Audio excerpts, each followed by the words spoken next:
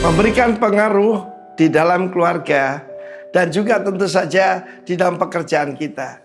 Di dalam surat Filemon ini dikirim dari Rom, Itali, oleh Onesimus, seorang budak yang melarikan diri karena melakukan banyak kerugian dan mencuri di rumah daripada tuannya, itu Filemon. Oleh tulisan tangan dari Rasul Paulus sendiri sampai kepada ini very private, surat yang sangat private. Apa isinya? Supaya Filemon itu yang sudah dikenal penuh kasih, apakah dia punya hati seluas samudra? Dikirimlah Onesimus yang merugikan dia. Dan Onesimus ini melarikan diri sampai ke Itali. Dan terimalah dia bukan lagi sebagai seorang hamba atau pelayan, tapi saudara seiman. Dan kalau dia merugikan engkau, sudahlah, aku yang bayar, kata Rasul Paulus. Menarik sekali tentang Onesimus ini.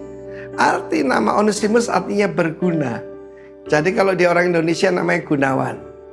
Tapi ternyata dia adalah seorang pencuri.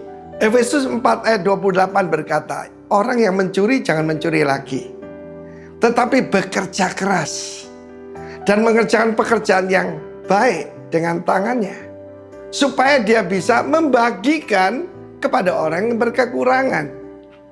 Seorang pencuri bisa jadi seorang pemberi. Seorang maling bisa jadi hamba Tuhan. Itu terjadi dalam kehidupan Onesimus. Di dalam kitab Kolose dijelaskan bahwa Onesimus seseorang dari antaramu. Jadi ada bukti ya, bagaimana maling bisa jadi pemimpin dan bahkan jadi hamba Tuhan. A faithful and beloved brother. Seorang saudara yang faithful, setia, bisa dipercaya. Pasti soal keuangan. Banyak orang tidak bisa dipercaya soal keuangan. Tidak bisa memegang rahasia. Tidak bisa dipakai Tuhan. Tetapi Onesimus ini, karena penerimaan tanpa syarat daripada Filemon, saya percaya Rasul Paulus tidak mengganti apa-apa. Filemon berarti besar. Itu namanya kasih karunia.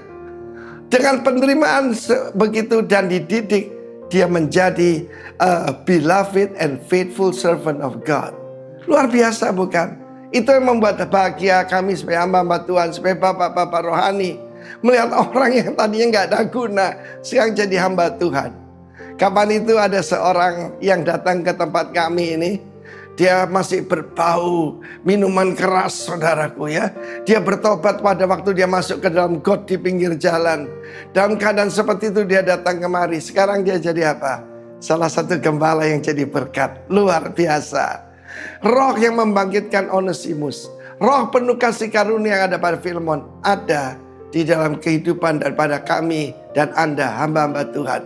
Kalau para kingdom leaders dengarkan, ada Onesimus sekitar Anda.